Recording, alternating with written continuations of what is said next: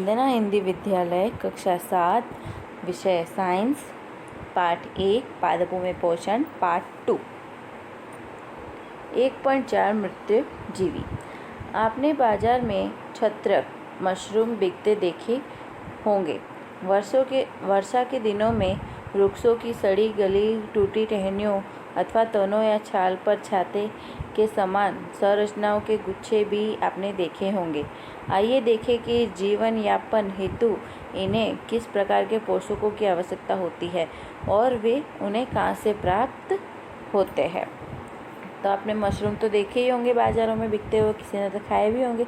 तो वो कैसे होता है कि जो बारिश के दिनों में वृक्षों की सड़ी गली टूटी हुई टहनियाँ या तने या छाल पर आपने देखा होगा छत्ते टाइप होता है। तो मशरूम कैसे होते हैं? ऐसे होते हैं, छत्ते जैसा होता है, छतरी जैसा ऐसे होते हैं और सारे गुच्छे में होते हैं। तो ये कैसे अपना जीवन यापन करते हैं, कैसे अपना पोषक करते हैं, कहाँ से प्राप्त करते हैं, वह हम आगे देखेंगे।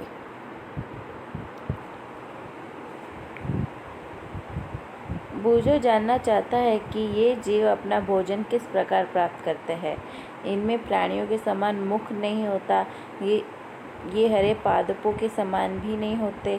इनमें क्लोरोफिल अनुपस्थित होता है, अतः ये प्रकाश संश्लेषण द्वारा भोजन का संश्लेषण नहीं कर सकते। तो बूझो ये जानना चाहता है कि ये अपना भोजन कैसे प्राप्त करते होंगे। नहीं, प्राणी का जैसा मुख है, मतलब मुँह खाने जैसा मुँह नहीं होता है ना इनके, तो वो कैसे खाते होंगे। ना ये हरे पादप है, हरे पेड़ पौधे भी नहीं है, तो इसमें क्लोरोफिल भी नहीं होगा और ये प्रकाश संश्लेषण भी नहीं कर सकते। तो ये अपना जीवन कैसे गुजारते होंगे, कैसे खाना खाते होंगे। तो ये आपको दिख रहा है यहाँ बाजू में, ये होते हैं, ये है मशरूम पैकेट में और ये उगे हुए के सड़ी गली पर ऐसे उगकर बाहर निकलते हैं।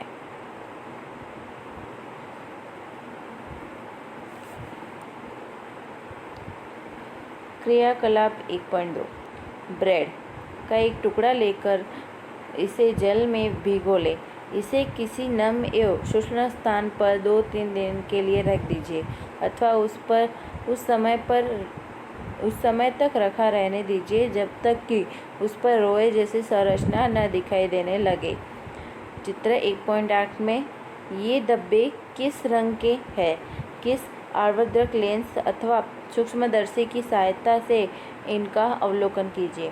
अपने प्रेक्षणों को नोटबुक में लिखिए। बहुत संभव है कि आपको रुई के धागों की समान संरचनाएं दिखाई पड़े। आपको क्या लेना है? तो ब्रेड, यानी डबल रोटी होती है, ब्रेड लेनी है। तो उसको क्या करना है? पानी में डुबो देना है। फिर उसको एकदम नमी, यानी एकदम ठंडा जहाँ रहता है, भीगा जैसा एकदम होता है ना, वहाँ क्या करना है आपको? वहाँ पर रख देना है 2-3 दिन के लिए। फिर 2-3 दिन के लिए वहाँ रखना है। फिर आपको दिखेंगे वहाँ पे अलग सी संरचना, मतलब ब्लैक या वाइट कुछ फंगस जैसा आपको दिखेगा। तो आपको क्या करना है?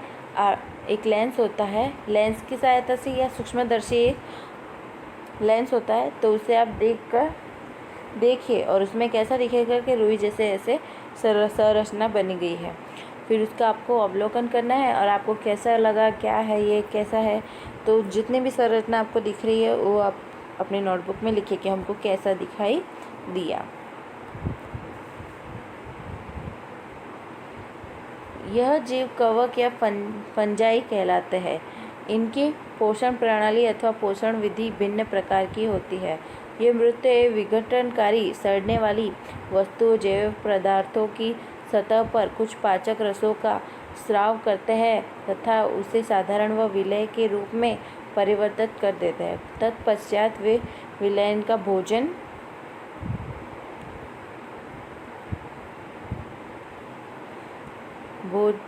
के रूप में अवशोषण करते हैं। इस प्रकार की पोषण प्रणाली को, जिसमें जीव किसी मृत विघटित जैविक पदार्थों से पोषक तत्व प्राप्त करते हैं, उसे मृत जीवी पोषण कहलाती है। मृत जीवी पोषण प्रणाली का उपयोग करने वाले जीव मृत जीवी कहलाते हैं। तो आपको नीचे दिखाई गया है, दिख रहा है कि ये ब्रेड है। तो आपको दिख रहा है कि पीला ऐसा काई जैसा ये दिख रहा है आपको। ये वाली पिक्चर आपको सूक्ष्मदर्शी से ही दिखाई देगी कि ये छोटे रुई जैसे ऐसे बाहर निकल आएंगे। तो ये क्या है, कवक है, ये मतलब काई बोलते हैं इसको। तो ये सब क्या है, कवक, इसको क्या बोलेंगे, कवक या फंजाई बोलेंगे। तो जैसे ये मतलब सड़ी हुई सब्जियों पर होता है, गीली वनस्पतियों के टुकड़ों पर होता है या किसी और, तो मतलब इस प्रकार का जो पोषण करता है ना, जो भी मृतजीवी पोषण कहते हैं। जैसे सड़ी हुई टहनी पर कभी काई, हरी हरी काई छप जाती है, या ठहरे हुए पानी पर भी काई छप जाती है वो। फिर सड़े हुए सब्जियों पर भी बाल ऐसे सफ़ेद सफ़ेद हो जाता है, फिर सब और ज़्यादा दिन रखेंगे तो वो ब्लैक पड़ जाता है। तो वो उसी पोषण से वो अपना जो भी काई जमती है, कवक जमता है, उससे क्या उसको पोषक किससे मिलता है, उसी मृतजीवी पे या जैविक घटक पे वो पोषण प्राप्त करता है। उसे क्या बोलेंगे हम, मृतजीवी पोषण।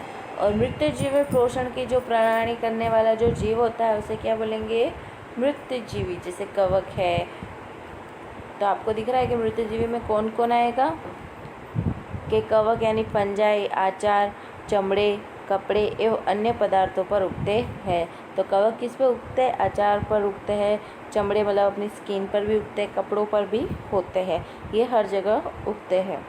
ये उन स्थानों पे भी उगते हैं जो नम एवं शुष्ण हो, और ये उन जगह पर भी उगते हैं जो एकदम भीनी हो, और शुष्ण मतलब नमी वाली जगह हो, उस पर भी वो उगते हैं। कवकों की वृद्धि के लिए वर्षा ऋतु सबसे अच्छी परिस्थितियाँ प्रदान करती है। जो एक कवक है जो अपने आप उग जाए, मशरूम है, तो वो क्या है, बारिशों के दिनों में ही अच्छे से अपनी परिस्थिति प्रदान करते हैं, अच्छे से वृद्धि हो पाती है इनकी। इसी कारण वर्षा ऋतु के दौरान अनेक वस्तुएं कवकों की वृद्धि के कारण नष्ट अथवा अनुपयोगी हो जाती है। तो वर्षा ऋतु में क्या हो रहा था, इनके कारण ही जो फंगस लग जाता है सब्जियों पर या कुछ भी हो जाता है, तो इनके कारण बहुत सारे हमें नष्ट भी होते हैं और इनके अनुपयोग भी, मतलब फिर वो सब्जी को हम उपयोग में नहीं ले सकते। अपने अभिभावकों से कवक द्वारा वाले नुकसान पर चर्चा कीजिए। फिर आपने मम्मी से पूछ सकते हो कि ये कवक क्या होता है, जो काई होती है, फंगस होता है, वो कैसे होता है, और उसके नुकसान के बारे में भी आप जान सकते हैं। पहली को याद है कि उसके सुंदर जूते जिन्हें वह विशेष अवसरों पर पहनती थी, वर्षा ऋतु में कवक के कारण खराब हो गए। वह जानना चाहती है कि वर्षा ऋतु में कवक अचानक कैसे प्रकट हो जाते हैं। तो पहले ही जानती है कि उसके पास सुंदर जूते थे, वो कभी कभी पहनती थी, मतलब कोई अच्छा अवसर जैसे शादी है या कोई पार्टी है, उसी में वो पहनती थी। लेकिन वर्षा ऋतु में वो उसके ऊपर कवक लग गया, मतलब जो आप काई देख रहे हो वैसे फंगस लग गया था, जिससे वो जूते खराब हो गए थे। तो वो जानना चाहती है कि वर्षा ऋतु में ही क्यों अचानक से ये सारे कवक आ जाते हैं। सामान्य कवकों के बीजाणु वायु में उपस्थित होता है। जब वे किसी ऐसे जैव पदार्थ अथवा उत्पादक पर बैठते हैं जो नम एवं उष्ण हो, तो वे अंकुरित होकर नए कवक को जन्म देते हैं। सामान्यतः ये जो कवक के बीज होते हैं ना, वो वायु में मतलब हवा में ही फैले होते हैं। लेकिन ये कौन से पदार्थ पे बैठता है, जो एकदम नम हो, एकदम नमी वाला हो, या गीले स्थान हो, या उष्ण जगह हो, उस पर जाकर वो बैठ जाते हैं और अपने जैसे ही नवक कवक को वो जन्म देते हैं। क्या अब आप बता सकते हैं कि हम अपनी वस्तुओं को कवक द्वारा खराब होने से किस प्रकार बचा सकते हैं? तो आप बता सकते हो कि जो भी हमारी चीज़ें हैं वो ख़राब ना हो कवक से, तो हम उसे किस तरह बचाएंगे? बूझो को याद है कि उसके दादाजी ने बताया था कि एक बार उनकी गेहूं की फसल कवक द्वारा नष्ट हो गई थी। वह जानना चाहता है कि क्या कवक रोगकारक भी होते हैं। तो बूझो के दादाजी ने बताया था कि कवक से उनकी गेहूं की फसल खराब हो गई थी। तो कवक क्या रोग कारक भी है, उससे क्या हमको बीमारी भी हो सकती है? तो आगे हम देखेंगे। पहले ने बताया कि यीस्ट एवं छत्रक जैसे अनेक कवक उपयोगी भी है, परंतु कुछ कवक पादपों, जंतुओं एवं मनुष्य में रोग उत्पन्न करते हैं। कुछ कवकों का उपयोग औषधि के रूप में भी होता है। तो पहले क्या बोल रही है कि यीस्ट या छत्रक जैसे अन्य कवक हमारे लिए ज़रूरी भी है। कि जैसे हम दही जमाते हैं ना, तो देखना कभी भी मम्मी जब दूध जमाती है तो दूध में थोड़ा दही डाल के, वो भी ईस्ट ही होता है, दही कैसे जमेगा, ईस्ट की मदद से ही जमेगा, तो उसको क्या करती है, नमी वाली जगह पर जाकर रख देती है, तो उसे 1 दिन में वो अच्छा से दही बन जाता है।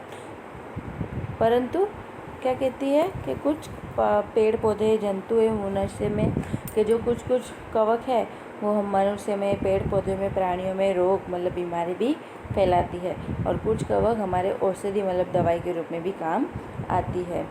कुछ जीव एक दूसरे के साथ रहते हैं तथा अपना आवास एवं पोषक तत्व एक दूसरे के साथ बांटते हैं, इसे सहजीवी संबंध कहते हैं। कि जो जीव एक दूसरे के साथ रहते हैं, अपना आवास यानी घर शेयर करते हैं जहाँ वो रहते हैं, पोषक तत्व जो खाना होता है, पोषक तत्व होता है, वो भी एक दूसरे के साथ शेयर करते हैं, तो उन दोनों को क्या बोलेंगे, सहजीवी संबंध। उनके संबंध को क्या बोलेंगे, सहजीवी संबंध। उदाहरणतः कुछ कवक वृक्षों की जड़ों में रहते हैं। वृक्ष कवक को पोषण प्रदान करते हैं, बदले में उन्हें जल एवं पोषकों के अवशोषण में सहायता मिलती है। वृक्ष के लिए इस संबंध का विशेष महत्व है। के उदाहरण के रूप में क्या दिया है कि कोई कोई कवक क्या होता है, वृक्षों की जड़ों में रहते हैं, तो वृक्ष क्या करता है, उन कवकों को पोषण प्रदान करता है, तो इसके बदले में कवक क्या करेगा, उन्हें जो भी जमीन से जल मिलता है और पोषक तत्व मिलता है उसको अवशोषण करके उसकी सहायता करता है। तो वृक्ष और जो कवक के संबंध, उनका विशेष महत्व है।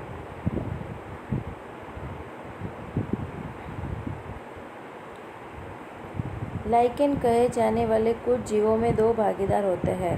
इनमें एक शैवाल होता है तथा दूसरा कवक।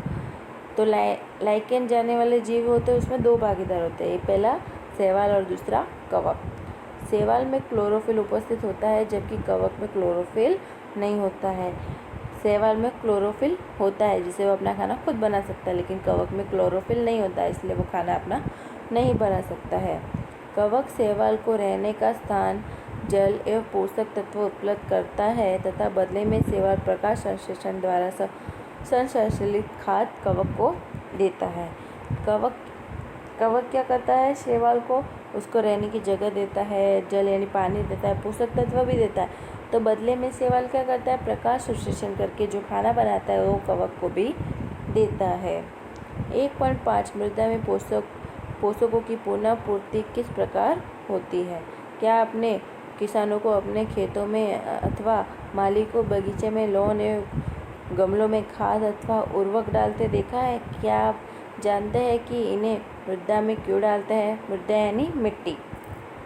तो आपने देखा होगा कि किसान हैं जो खेतों में या माली या बगीचे या जो भी गमले हैं तो उसमें खाद और उर्वरक क्यों डालता है। क्या आप ये जानते हैं कि मिट्टी में ये क्यों डाला जाता है, ज़मीन में ये क्यों डाला जाता है, तो वो हम आगे पढ़ेंगे। आप पढ़ चुके हैं कि पादप मृदा में खनिज पोषक तत्व अवशोषित करते हैं, अतः मृदा में इनकी मात्रा लगातार कम होती जाती है। तो क्या होता है, आपने ये पढ़ लिया है कि जो पेड़ पौधे होते हैं वो मतलब पेड़ पौधे की जो मिट्टी होती है, मिट्टी में खनिज पोषक तत्व होते हैं, लेकिन पेड़ क्या कर देते हैं, उसे अवशोषित मतलब उसमें से ले लेते हैं, तो मिट्टी में वो मात्रा उसकी कम हो जाती है। उर्वरक एक खाद में नाइट्रोजन, पोटेशियम, फॉस्फोरस जैसे पोषक होते हैं। तो जो हम खाद डालते हैं, उर्वरक डालते हैं, उसमें क्या होता है, नाइट्रोजन, पोटेशियम और फॉस्फोरस जैसे पोषक होते हैं। पादपों द्वारा लगातार उपयोग किए जाने के कारण मृदा में उनकी मात्रा धीरे धीरे कम होती है। जो पेड़ पौधे लगातार जो ज़मीन में जो पोषक तत्व होते हैं उनकी मात्रा मतलब लगातार उसका उपयोग करते रहते हैं पेड़ पौधे, तो मिट्टी में क्या होता है, उसकी मात्रा कम हो जाती है। इसीलिए मृदा को इन पोषक तत्वों से समृद्धि करने के लिए भूमि में उर्वरक तथा खाद मिलाने की आवश्यकता होती है। तो मिट्टी में ये पोषक तत्व कम ना हो, इसीलिए हम जमीन में उर्वरक और खाद डालते हैं। यदि हमें पादप के पोषण की आवश्यकता के बारे में ज्ञान हो तो हम न केवल पादपों को उगा सकते हैं बल्कि उन्हें स्वस्थ भी रख सकते हैं। तो आपको पेड़ों के पोषण के बारे में ज़्यादा जानकारी हो तो आपको ये भी पता होगा कि हम सिर्फ पेड़ पौधे उगाते नहीं हैं, लेकिन उनको स्वस्थ यानी एकदम हरा भरा रखने की भी कोशिश करते हैं। पादपों को प्रोटीन बनाने के लिए सामान्यतः नाइट्रोजन की अधिक आवश्यकता होती है। फसल कटाई के बाद मृदा में नाइट्रोजन की कमी हो जाती है।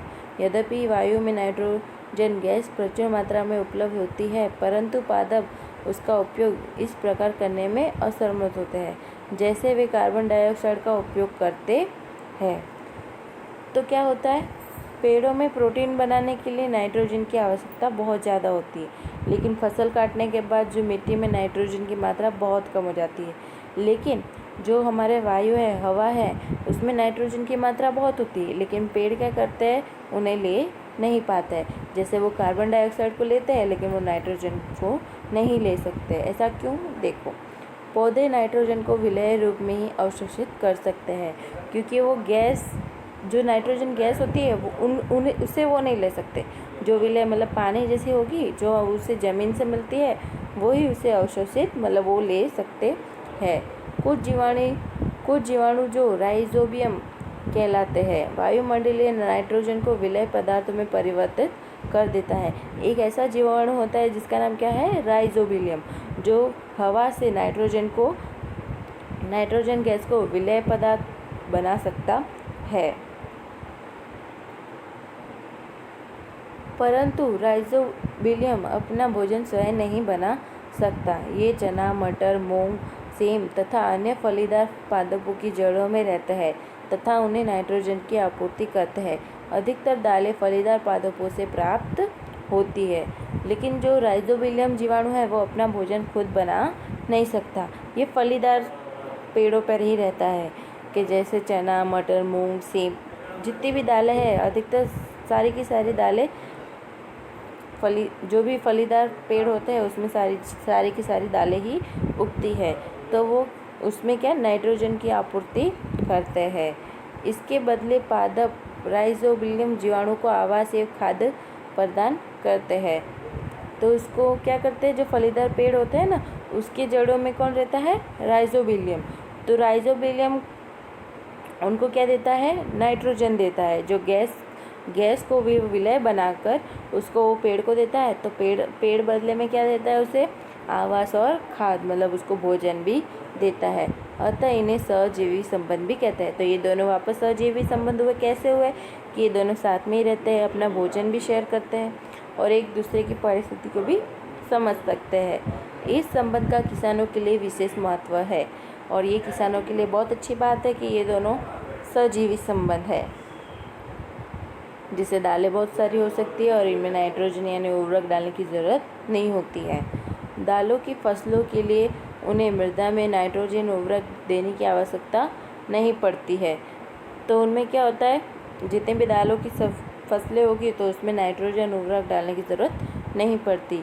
यही नहीं, दाल की फसल उगाने के बाद अगली फसल के लिए भी सामान्यतः उर्वरकों की आवश्यकता नहीं रहती है। दाल के बाद जो भी फसल उगाएंगे उसमें भी ज़्यादातर उर्वरक की आवश्यकता नहीं होती है। इस अध्याय में आपने पढ़ा कि अधिकतर पादप स्वपोषी होते हैं। तो आपने इस पार्ट में क्या पढ़ा है कि जितने भी पेड़ पौधे होते हैं ज़्यादातर स्वपोषी मतलब खुद का खाना खुद बना सकते हैं। बहुत कम ही पादप अन्य पोषण प्रणाली अपनाते हैं, जैसे कि परजीवी एवं मृत्युजीवी। बहुत ही कम पेड़ पौधे ही अपना मतलब पोषण दूसरे प्रणाली से करते हैं, परजीवी एवं मृत्युजीवी।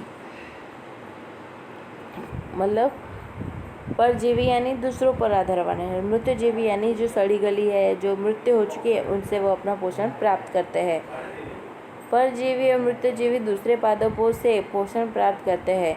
सभी प्राणी अपने भोजन के लिए पादप एवं अन्य प्राणियों पर निर्भर रहते हैं, अतः उन्हें विषमपोषी के रूप में समूहकृत किया गया है। क्या हम कह सकते हैं कि कीट, पक्षी, पौधे आजीविक विषमपोषी है?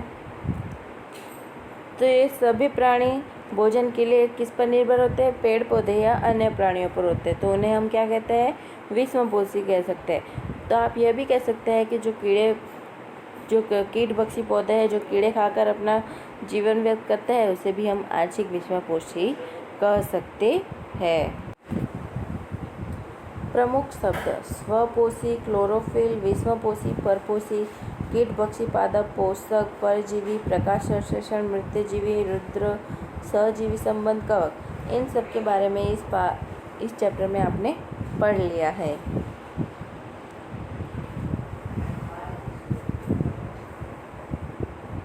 आपने क्या सीखा? सभी जीवों को खाद की आवश्यकता होती है, जिसका उपयोग वे अपने वृद्धि एवं शरीर के रखरखाव के लिए अथवा आवश्यक ऊर्जा प्राप्ति के लिए करते हैं। सभी जीव को भोजन की खाद यानी भोजन की आवश्यकता होती है। वो अपनी वृद्धि, अपने शरीर को अच्छे से रखने के लिए और ऊर्जा प्राप्त करने के लिए भोजन की आवश्यकता उनको पड़ती ही है। हरे पादप प्रकाश संश्लेषण प्रक्रम द्वारा अपना खाद्य स्वयं संश्लेषित करते हैं।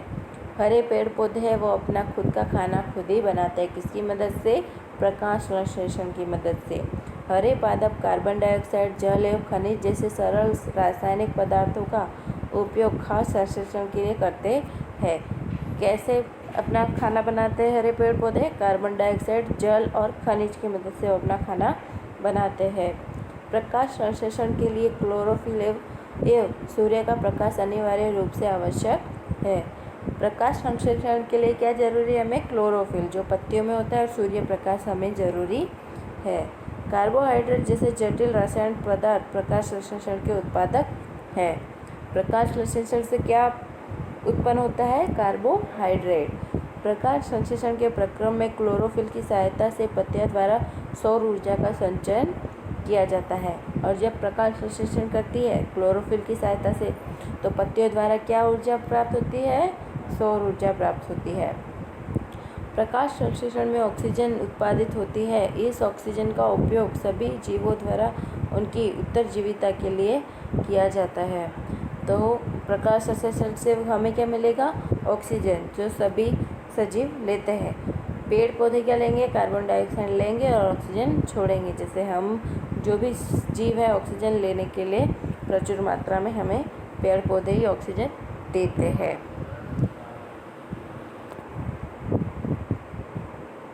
कवक अपना पोषण मृत एवं अपघटित जैव पदार्थों से प्राप्त करते हुए मृत्युजीवी कहलाते हैं। जो कवक है वो मृत या अपघटित पदार्थों से अपना पोषण कर लेता है, तो उसे उस जीव को क्या बोलेंगे? हम मृत्युजीवी बोलेंगे।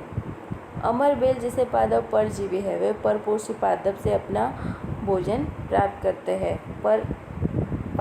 अमर बेल क्या है? परजीवी है। मतलब क्या होता है कि वो परपोषी पेड़ मतलब दूसरे पेड़ों से अपना भोजन प्राप्त करता है। कुछ पादप एवं अन्य सभी जीव अपने पोषण हेतु दूसरे जीवों पर निर्भर होते हैं, अतः विषमपोषी कहलाते हैं। कुछ पेड़ पौधे या अन्य जीव हैं वो क्या करते हैं? पोषण प्राप्त करने के लिए दूसरे जीवों पर निर्भर रहते हैं, तो उन जीवों को क्या बोलेंगे? हम विषमपोषी कहलाते हैं।